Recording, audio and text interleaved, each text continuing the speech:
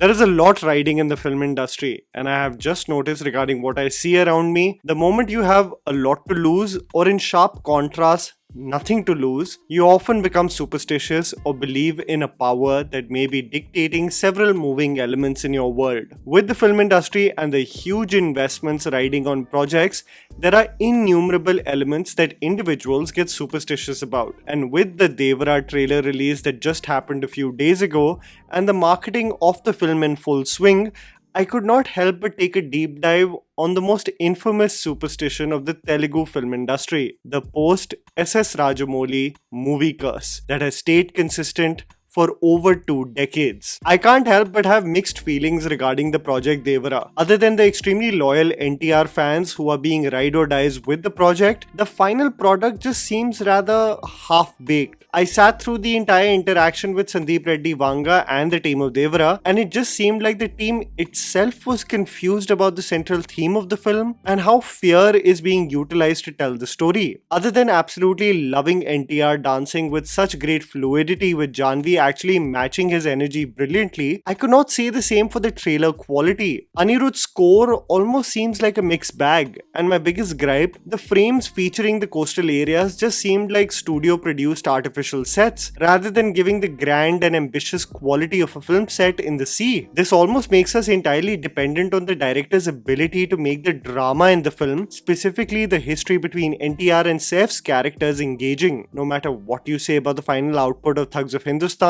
from a visual standpoint, it really got the battle at sea right on point. There is something about the color correction, scale and depth utilized in the frames of Devara that just does not lend a natural quality. Irrespective, as the marketing of the film has more or less produced mixed feelings, it has also led to the Telugu film fans cement that the post-SS Rajamouli curse will also be true for Junior NTR and Devara. So what is this curse? The curse states that SS Rajamouli has never had a flop in his career, and whenever the director collaborates with a leading hero, it is inevitable that his next film is going to be a flop. In 2001, SS Rajamouli directed Student Number 1 with Junior NTR, and in the same year, he starred as a lead in a film titled Subbu, which was a flop at the box office. In 2003 with Simadri, Junior NTR got the highest grossing Telugu film of the year, followed by Andrawala, directed by Puri Jagannath in 2004, which turned out to be a disaster at the box office. In 2004, SS Rajamouli directed Sai with Nitin, a box office hit. The next year, however, the leading hero starred in Alari Boludu, a K. Raghavendra Rao directorial, which was a flop at the box office. In 2005, Rajamouli directed Chhatrapati with Prabhas, a huge financial hit, and Prabhas in the next year starred in the Prabhudeva directorial venture Purnami, a financial flop at the box office. You remember the Bollywood hit Rowdy Rathore with Akshay Kumar? SS Rajamouli made the original with Ravi Teja in 2006 and got a commercial blockbuster with him. A few months later, Ravi Teja starred in a movie called Khatarnak, which turned out to be a box office flop. Junior NTR collaborated again with SS Rajamouli with Yama Donga in 2007, emerging as a blockbuster. The next year, NTR starred in Kantri, which turned out to be a disaster at the box office. The very popular Magadhira with Ramcharan was a blockbuster in 2009, and Ramcharan the next year starred in Orange, a flop at the box office, which in quite a sharp contrast is being celebrated upon its re-release. In 2010, SS Rajamouli directed Maryada Ramana with Sunil, a box office hit, and while his next film is debatable because the actor would do many supporting roles, most people have concluded that his leading role post the SSR collaboration was a Ram Gopal Verma directorial that released in 2011 and turned out to be a flop at the box office. We all know what transpired with Bahubali and Prabhas. The ambitious project Saho barely delivered with the massive expectations one had of the spectacle that was promised to all of us in the trailer. Prabhas experienced two more disasters with Radhe Shyam and Adipurush until receiving some relief with Salar just last year, and with RRR in 2022 and the blockbuster it was for Ramcharan and Junior NTR's career, the curse followed. Ramcharan starred in the disaster Acharya directed by Kotala Siva, who is also directing Devara, making many people assume the fate is inevitable. In this entire run that has started since 2001, many people may assume that Eega is the only exception, Nani actually experiencing a hit post the film in a movie in which he starred opposite Samantha. But many people are forgetting the lead hero who suffered the most, Eega, a lead actor who got no roles post the blockbuster the film was. Everyone benefited, and the lead hero was casually forgotten, making people clearly realize the curse is real.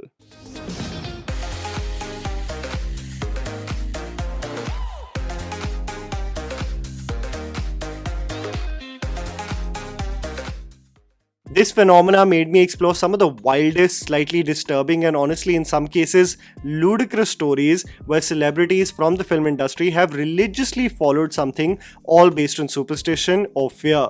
So here is Tried&Refused Productions with the most wild Indian celebrity superstitions that will shock you. Saif Ali Khan. Some of the most hilarious anecdotes are told by Saif Ali Khan, especially upon reflecting on the 90s and how he felt like such a fish out of the water. He touched upon a very interesting aspect while sitting with Mayank Shekhar regarding that era and how many actors were known for their hairstyles, and a hit streak with a particular look would in turn lead to producers wanting to make a film with them, but specifically with that look. I just had a hit film and had really long hair, Ye Dil Lagi. He said, what you should do is get a haircut.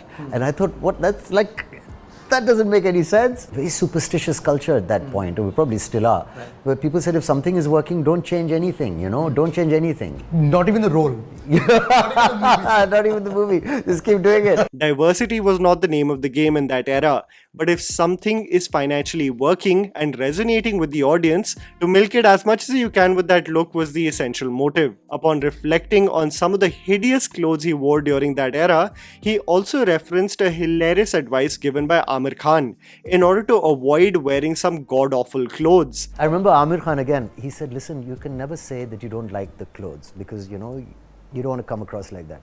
What you say is that this is unlucky for you. Yeah, he said they'll run a mile. They'll burn it. When producers have so much money riding on projects, it's inevitable that if you label something as unlucky, they'll do anything to get rid of even a trace of that article of clothing. Guess who? With such fears and thoughts, many people would not like to publicly admit their superstitions, owing to many people judging them for their choices and labeling them as absolutely bonkers. So many of the anecdotes regarding superstitions are also hearsay. In the SNG podcast, The Big Question, comedian Varun Thakur referenced an actor who used to be extremely paranoid about people around him and was guided by a godman who told him to sacrifice a chicken while shooting for a movie in Mauritius. Superstition in many cases can easily transition to absolute paranoia when describing the same actor and how he reacted to a producer on set while shooting for a TV show. This producer was producing this actor's show. He said, I came on set and he looked at me and said, hey, do. You're trying to kill me. And he's like, the fuck? I'm producer of show ka.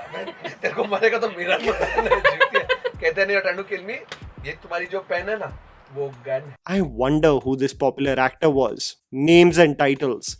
For anyone who has grown up with cinema, you will notice that every year or so, the actors, upon consultation with numerologists and godmen, would change the spelling of their names. One fine day, an Ajay Devgan would be found without an A in Devgan. Ayushmann Khurrana would have random new N's and R's in his name. Tushar Kapoor will have a double S in his name, all as a means to hopefully change their fate at the movies. This is true for the fixation that directors have regarding their film titles. Karan Johar stuck with all his film productions when he took charge in 1998 to start with the letter K. This seemed to change the fate of the production company as all movies were hits until Kal released, which Ajay Devgan jokingly reflects upon. One superstition that you're guilty of believing. I had the superstition that all your films with K work till we did Kal. Rakesh Roshan did not have any great luck as an actor, but he had a fixation with the letter K as a director and producer because he equates all of his hits as an actor to be with the films that started with the letter K, including movies like Khoobsurat, Kamchor and Khatta Meetha. Every directorial venture of Rakesh Roshan since Khud Garz in 1987 to Krish 3 in 2013 have started with the letter K, with most of these titles being financially successful. Salman Khan. Everyone is aware about the Firoza bracelet that Salman Khan sports, featuring in many of his movies as well. This is something that has been passed down by his father Salim Khan to him, and fans have always been curious about why the actor sports the bracelet. In a fan interaction, the actor spoke about its purpose and how many bracelets he has changed over the course of time. Two living stones, that's what they say. And one is Akik and one is Firoza. This is the turquoise. And what happens with this, if there's any negativity coming on to you, first this takes it, it gets veins in them, and then it cracks. This is my seventh stone. Guess who? Another anecdote that is absolutely wild, which makes me think that this seems to be the same actor Varun Thakur may be describing, was when Rajiv Masand sat with RJ Shardul and spoke about an actor being petrified of the color red, and how during the shooting of a film he pointed out at a child and how he may be a threat to his life. एक छोटा बच्चा था set पे, I remember the story, who was wearing a red t-shirt. He asked them to get that child off the set. वो किसी का बच्चा था, कोई crew member का. He said this child is a human bomb. Get him off the set. This may be a case of absolute psychosis taking over, because to be in a constant state of anxiety of your life being at risk, it is at a stage where you definitely need medical help. Ekta Kapoor. Known as having one of the biggest entertainment empires in Mumbai, Ekta Kapoor and her obsession and belief in numerology and astrology is no hidden secret. Sporting several rings on her hands, Ekta and her obsession with the letter K is also widely known. If you especially see the TV shows produced by her from 2000 to 2008, where most people will argue was the era where most Indian households were glued to their television screens, almost all her shows started with the letter K.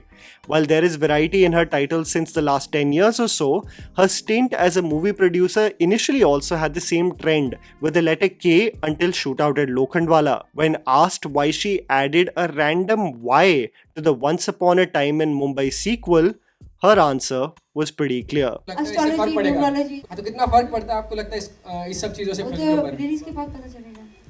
तो आप मतलब हम कह सकते हैं कि मैं मानती हूँ. आपको क्या लगता है? मैं मानती हूँ. Vidya Balan.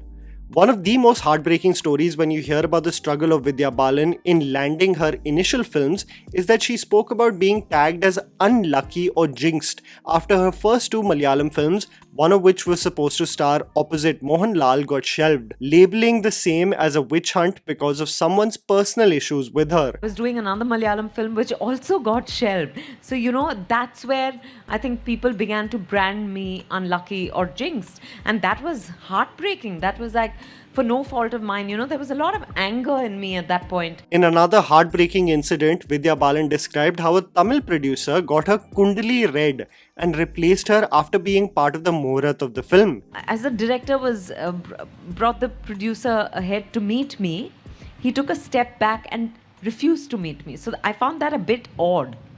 And then in a few days, I was replaced.